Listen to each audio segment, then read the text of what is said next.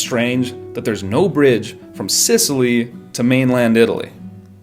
At the thinnest spot, the strait is only 3 kilometers wide. That's not that wide. The bridge between Hong Kong and Macau, in its longest stretch, is almost 23 kilometers long. The current situation, as of 2025, is that the bridge is, supposedly, going forward.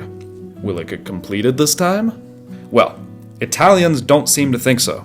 As an Italian, trust me, that bridge is a meme, and this is like the 25th government that decided to build it. So many modern Italian governments have announced that they would construct a bridge there, and then ultimately failed, that the whole thing has become a massive meme in Italy. Whoa! So what's going on, Italy? Are the Italians just stupid? What's making it so difficult? The sea in the Strait of Messina is so violent that the ancient Greeks believed that mythical sea monsters live there. Another problem with the water is that the bottom of the strait is like a canyon. It's super deep. Building bridge towers in deep, violent water is near impossible. To solve that issue, the current proposal is that the 2 towers for the bridge would be erected on the mainland rather than sunk into the water. But that increases the cost and the complexity, because it would then be by far the largest single-span bridge in the world, over a kilometer bigger than the next. When I mentioned that there were hundreds of bridges longer, none of those bridges have spans that are this wide. A different idea from a couple thousand years ago was floated by the ancient Roman philosopher Pliny the Elder. He spoke about a plan to connect the landmasses via a pontoon bridge, basically a series of connecting boats. The Romans abandoned the plan, however, when they realized that they did much more trade from north to south than from east to west. But the ocean is hiding an even older problem, one that was recently felt. In December 1908, an absolutely massive magnitude 7.1 earthquake struck the area, almost entirely destroying the city of Messina on the Sicilian side and the city of Reggio Calabria on the mainland side.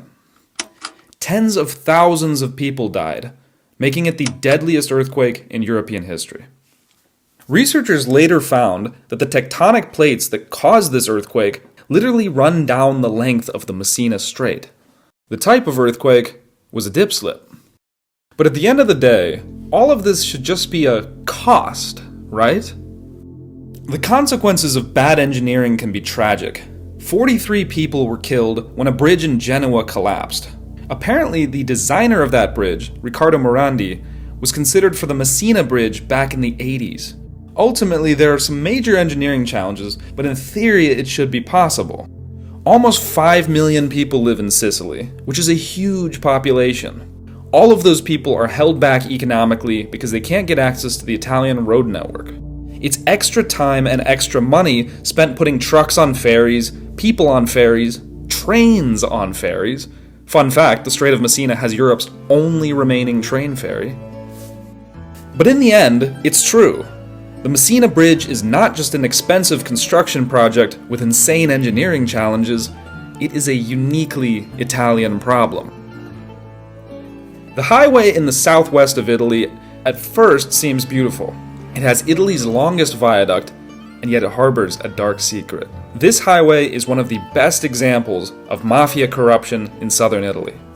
The mafia is involved in construction companies, labor unions, material suppliers. If you want to build something in the south of Italy, it's a nightmare because they'll consistently overcharge you and then pocket the difference. 3 government ministers in Calabria were charged due to mafia-related corruption. Oftentimes, politicians will be blackmailed and bribed to accept contracts with mafia-affiliated businesses. In an interview with the New York Times, Aldo Verano, the author of several books on corruption, said, "The South is a land of unfinished works because finished works don't pay." The highway earned the nickname the eternally unfinished highway. If maintenance continues forever, then money always trickles back to the mafia. Lots of money used on this road was financed by the European Union. And then, when they learned about the structural issues with organized crime, they ordered their funds to be redirected to other projects. and also ordered Italy to pay back hundreds of millions of euros in compensation to the EU. According to the Telegraph, the 'Ndrangheta clan makes more than 4 billion euros a year from corruption in the south of Italy, which is a staggering amount of money. By making Calabria and Sicily have terrible highways, the mafia isolates these areas, allowing them to have greater control over them.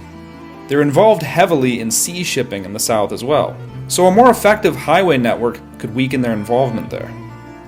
The government of Italy has even suggested using the military to build these roads because they can't just trust local construction companies to be clean enough to get the job done. This highway, Italy's best example of mafia corruption, is literally the road that would connect up with a bridge to Sicily, a bridge that's supposedly going to cost billions of euros. It's easy to see why Italians would think that it's only a bad idea. It's a chicken and egg problem. If Calabria and Sicily remain isolated by road and rail, they'll remain economically depressed, and the grip that the mafia has over them will remain strong. And yet, if you want to build infrastructure to reduce the isolation, you need to pay the mafia-owned construction companies. This is the biggest reason that Italians think it'll never happen. The bridge has become a popular symbol of getting things done, and so a lot of governments want to use it to prove that they mean business. I think that this gives you a good idea of some of the unique challenges